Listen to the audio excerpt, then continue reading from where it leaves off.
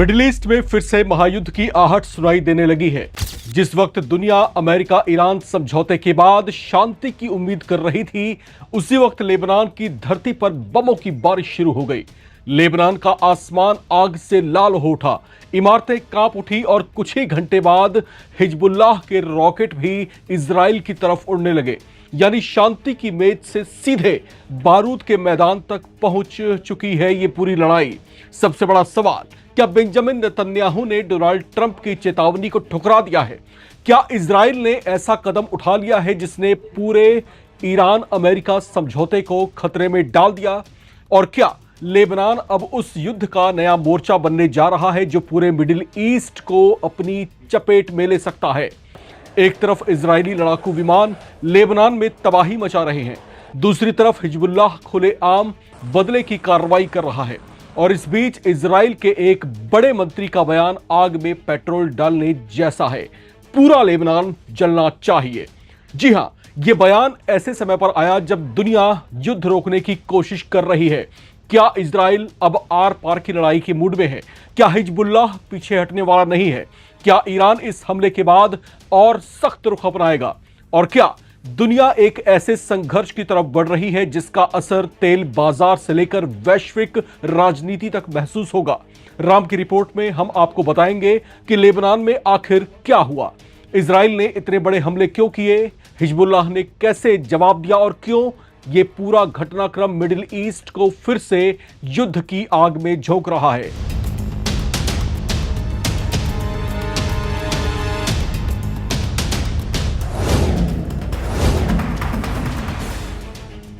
दक्षिण लेबनान में इजराइल ने हाल के दिनों के सबसे बड़े मिलिट्री ऑपरेशन में से एक को अंजाम दिया है।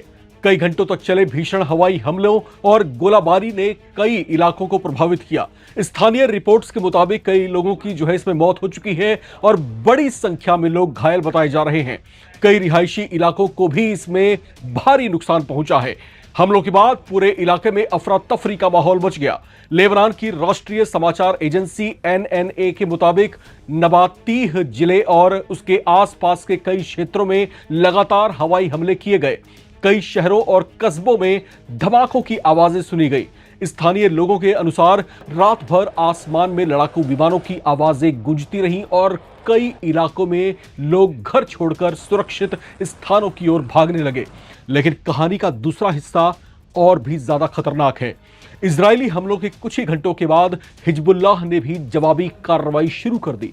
संगठन ने उत्तरी इजराइल की ओर रॉकेट दागे और कहा कि यह कार्रवाई उसके ठिकानों और पैरामेडिक सेंटर्स पे हुए हमलों का बदला है। इस जवाबी हमले ने साफ कर दिया कि संघर्ष अभी खत्म नहीं हुआ, बल्कि और गहरा सकता है।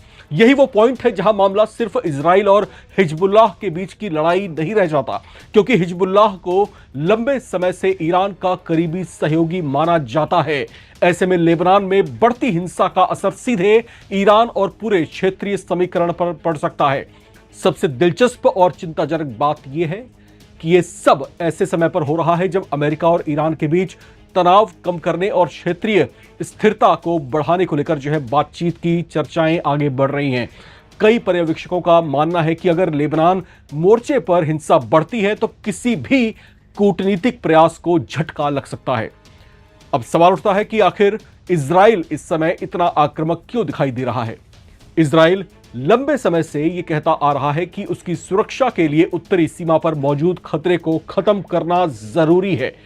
उसका आरोप है कि हिजबुल्लाह सीमा के पास अपनी सैन्य क्षमताओं को बढ़ा रहा है और इजराइल पर हमलों की तैयारी करता रहता है। दूसरी तरफ हिजबुल्लाह का कहना है कि वो लेबनान की रक्षा कर रहा है और इजरायली हमलों का जवाब देना उसका अधिकार है। यानी दोनों पक्ष अपनी अपनी कार्रवाई को सुरक्षा से जोड़कर देख रहे हैं। लेकिन जमीन पर इसका मतलब है लगातार बढ़ता तनाव, जानमाल का नुकसान और युद्ध का खतरा। इस पूरे विवाद में एक और बयान ने वैश्विक ध्यान खींचा है। इजराइल के राष्ट्रीय सुरक्षा मंत्री इतामार बेन गवीर ने बेहद सख्त रुख अपनाते हुए कहा कि केवल संयम से जीत हासिल नहीं की जा सकती। उनके बयान को कई विश्लेषक इस बात का संकेत मान रहे हैं कि इजराइल के भीतर भी कुछ ताकतें और अधिक आक्रामक नीति के पक्ष में हैं। इजराइल के राष्ट्रीय सुरक्षा मंत्री बेन गवीर ने हमलों पर प्रतिक्रिया देते हुए कहा कि पूरा लेबनान जलना चाहिए। सोशल मीडिया प्लेटफॉर्म एक्स पर किए गए अपने पोस्ट में बेन गवीर ने लिखा कि हर इजरायली मां के आंसू के बदले 1000 लेबनानी माताओं को रोना चाहिए, पूरा लेबनान जल उठना चाहिए। अब जरा इसकी बिग पिक्चर को भी समझते हैं। मिडिल ईस्ट पहले से ही कई बड़े संकटों से गुजर रहा है। गाजा का मुद्दा, लेबनान सीमा पर तनाव, ईरान और इजराइल के बीच का टकराव, क्षेत्रीय गठबंधन, ऊर्जा सुरक्षा और समुद्री मार्गों की चिंता, इन सभी मुद्दों ने पूरे क्षेत्र को बेहद संवेदनशील बना रखा है। ऐसे माहौल में लेबनान पर बड़े पैमाने पर हमला और फिर उसका जवाबी हमला केवल स्थानीय घटना नहीं मानी जा सकती, इसे पूरे क्षेत्र की स्थिरता से जोड़कर देखा जा रहा है। अगर ये संघर्ष और बढ़ता है तो इसके कई दूरगामी प्रभाव हो सकते हैं।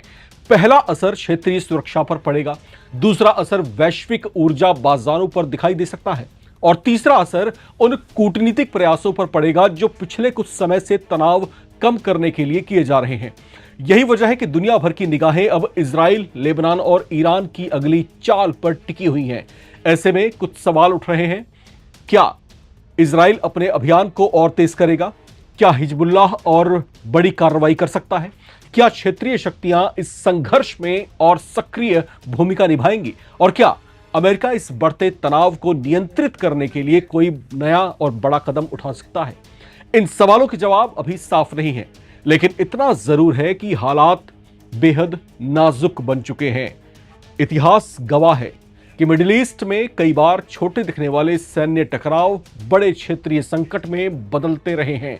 इसलिए मौजूदा घटनाक्रम को केवल एक सीमाई संघर्ष के रूप में नहीं देखा जा रहा, इसे एक ऐसे बड़े घटनाक्रम के रूप में देखा जा रहा है जो पूरे क्षेत्र की दिशा बदल सकता है। फिलहाल लेबनान में धमाकों की आवाजें और इजराइल में सुरक्षा अलर्ट ये याद दिला रहे हैं कि शांति अभी दूर है। कूटनीति और सैन्य कार्रवाई के बीच खींची ये रस्साकशी आने वाले दिनों में और निर्णायक हो सकती है। दुनिया इंतजार कर रही है, क्या यह तनाव बातचीत की मेज तक पहुंच पाएगा या फिर बारूद की लपटें और ऊंची होंगी? क्या मिडिल ईस्ट शांति की तरफ बढ़ेगा या एक नए संघर्ष की ओर?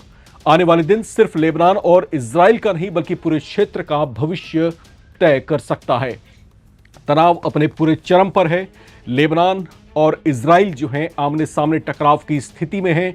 इजराइल झुकने को तैयार नहीं है। इजराइल का साफ तौर से कहना है कि उसकी सुरक्षा को लेबनान के लड़ाके चुनौती दे रहे हैं। ऐसे में उनका खात्मा बेहद आवश्यक है। जबकि लेबनान की तरफ से जो स्टेटमेंट्स लगातार सामने आ रहे हैं, उनका ये कहना है कि हम डिफेंसिव और प्रोटेक्टिव एक्शंस ले रहे हैं, ये हमारा अधिकार है, इससे हमको कोई वंचित नहीं रख सकता। लेकिन ये पूरा टकराव ऐसे वक्त पर हो रहा है, ऐसे संवेदनशील वक्त पर हो रहा है जब अमेरिका और ईरान के बीच का गतिरोध शांति की तरफ बढ़ रहा है। क्या ये शांति समझौते पर भी कोई असर डालेगा? क्या अमेरिका का कोई रुख यहां पर बदलता हुआ दिखाई देगा? क्या मिडिल ईस्ट में इस तनाव ने जो है किसी नए विवाद को जन्म तो नहीं दे दिया है? आपको क्या लगता है? अपनी राय लिखकर कमेंट बॉक्स में जरूर शेयर करें। चैनल को सब्सक्राइब करें ताकि आप ना रहे किसी खबर से बेखबर। देखते रहें नवभारत टाइम्स।